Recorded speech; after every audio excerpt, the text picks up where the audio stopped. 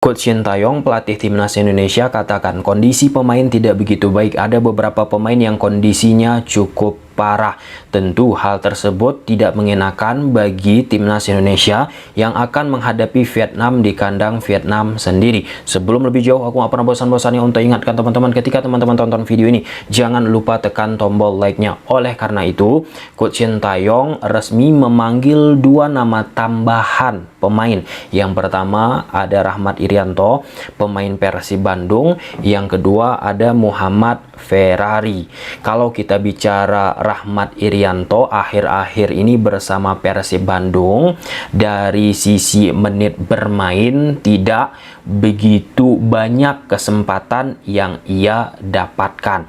Artinya kita bicara soal intensitas. Nah, di dunia sepak bola sekarang teman-teman, penting pemain di atas lapangan bisa menjaga intensitas konsistensi permainan sepanjang 90 menit.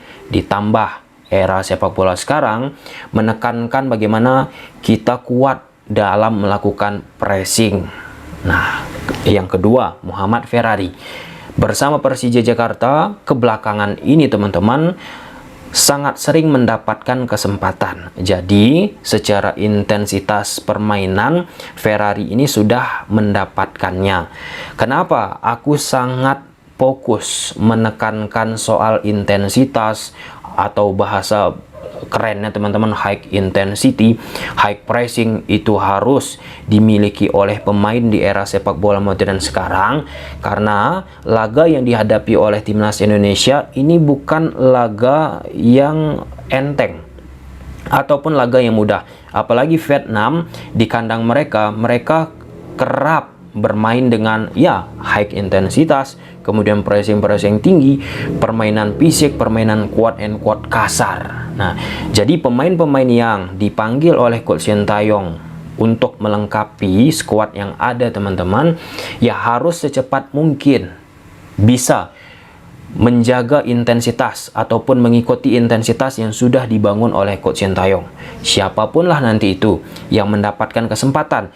Di video ini kita nggak bahas pemain-pemain yang terkena virus ataupun terkena demam yang banyak. Kita berharap pemain-pemain yang sedang dalam masa pemulihan bisa secepat mungkin berada di titik performanya teman-teman, sehingga di hari H pemain-pemain tersebut bisa memberikan tenaga tambahan untuk skuad timnas Indonesia. Nah, menghadapi Vietnam, bicara permainan yang harus diperhatikan, bagaimana kita bisa mengikuti ritme situasi yang ada di atas lapangan teman-teman. Kalau misalnya Vietnam bermain dengan Spartan, kemudian pemain timnas Indonesia dari sikap ritme ataupun intensitas tak mampu menyainginya, ini akan merepotkan. Kenapa aku menekankan hal tersebut? Karena timnas Indonesia kerap ketika kebelakangan lah ya teman-teman, aku nggak bicara in the case misalnya 2-3 pertandingan yang dihadapi oleh timnas Indonesia bersama Coach Shin Taeyong.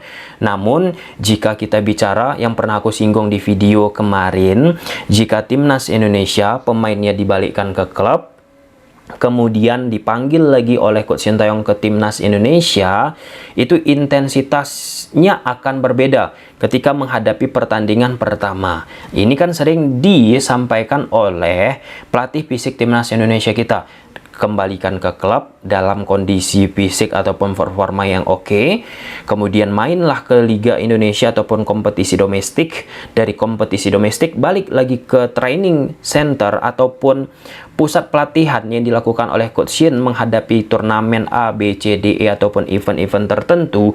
Dari sisi fisik, intensitas mengalami penurunan.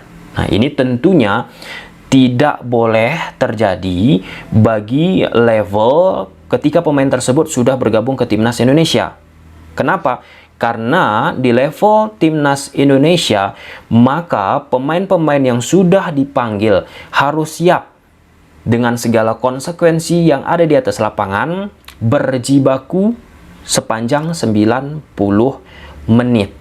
Nah, untuk pertandingan Vietnam menghadapi Indonesia dengan track record kebelakangan ini kita lihat teman-teman penuh kontroversi, dalam arti kata baik itu keputusan wasit, baik itu tackle-tackle yang dilakukan oleh pemain Vietnam ataupun pelanggaran-pelanggaran yang dilakukan oleh pemain Vietnam yang memantik akhirnya emosi.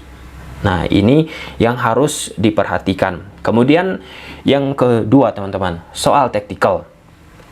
Salah satu poin penting di dunia sepak bola, bagaimana kita bisa menampilkan permainan yang eksplosif ketika pertandingan mulai, yaitu bagaimana latihan yang dilakukan oleh seorang pelatih di sesi sebelum pertandingan lewat menu-menu latihan. Coach Sintayong beberapa kali teman-teman, bukan hanya sekali tetapi berkali-kali di sesi wawancara, aku perhatikan sangat concern memberikan latihan-latihan yang kaitan soal taktikal. Contoh menghadapi Vietnam ini, Coach Shin bilang di hari 2 hari setelah berada di Vietnam akan melakukan latihan taktikal yang akan digunakan oleh pemain timnas Indonesia tentunya menghadapi Vietnam. Nah, ini penting di menu latihan yang dilakukan oleh Coach Sintayong.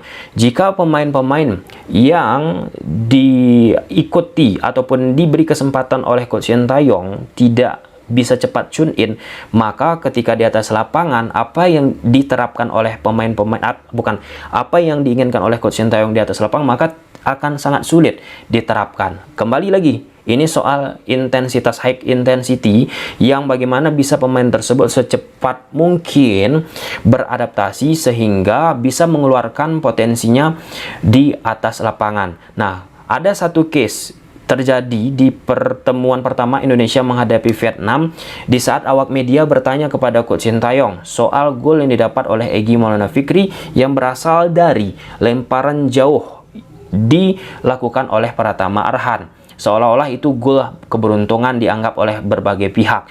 Coach Sintayong sudah bilang bahwa itu merupakan salah satu taktikal. Apa yang terjadi di pertandingan Indonesia menghadapi Vietnam itu berasal tentu dari bentuk latihan yang dilakukan oleh Coach Sintayong.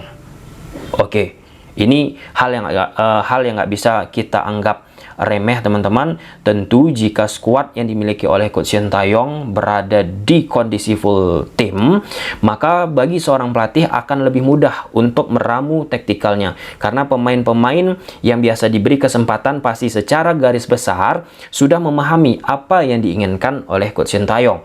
Jika nanti kita nggak tahu teman-teman di hari H bagaimana line up yang diturunkan oleh Coach Sintayong, jika nanti di hari H menghadapi Vietnam, pemain-pemain yang biasanya diberi kesempatan oleh Coach Sintayong kemudian tidak dapat bermain, lalu digantikanlah oleh pemain-pemain yang mungkin tidak begitu banyak mendapatkan menit bermain di eranya Coach Sintayong, maka pemain tersebut pun harus siap pertama, kemudian bisa membuktikan diri.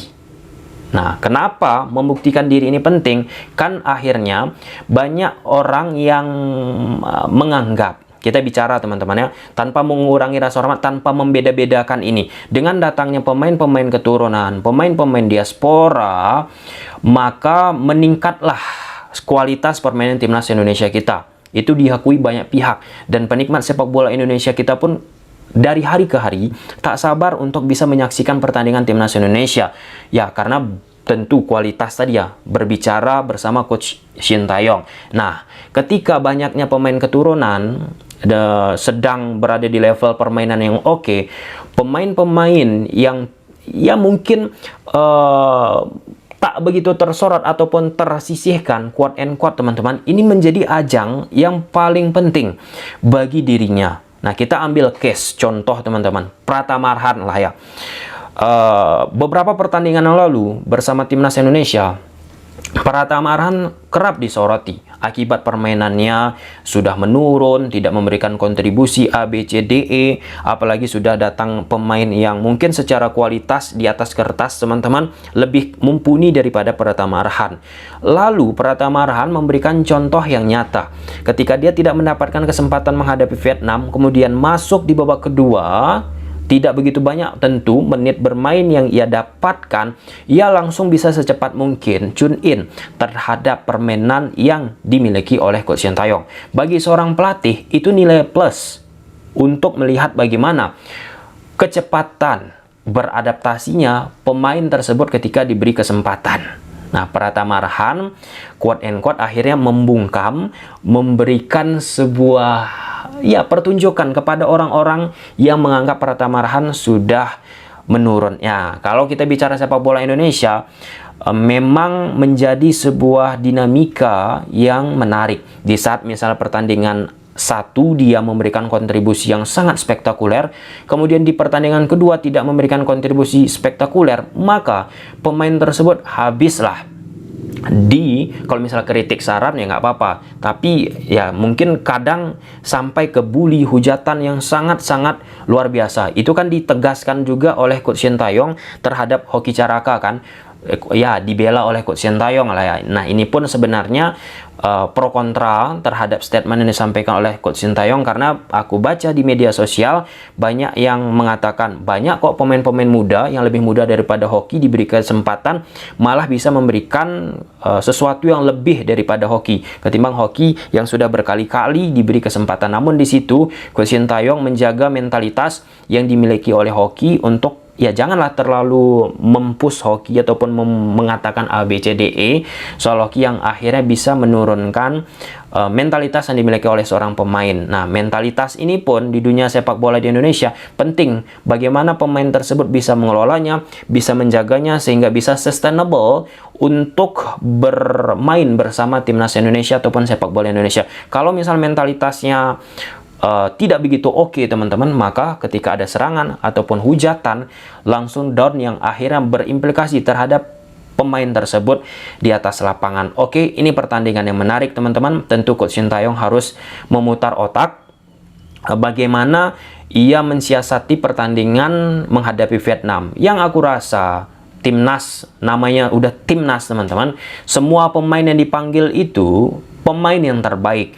Maka ketika pemain tersebut sudah dipanggil harus menampilkan permainan yang oke. Oke? Timnas merupakan representasi sebuah liga ataupun sebuah negara yang membangun sepak bolanya.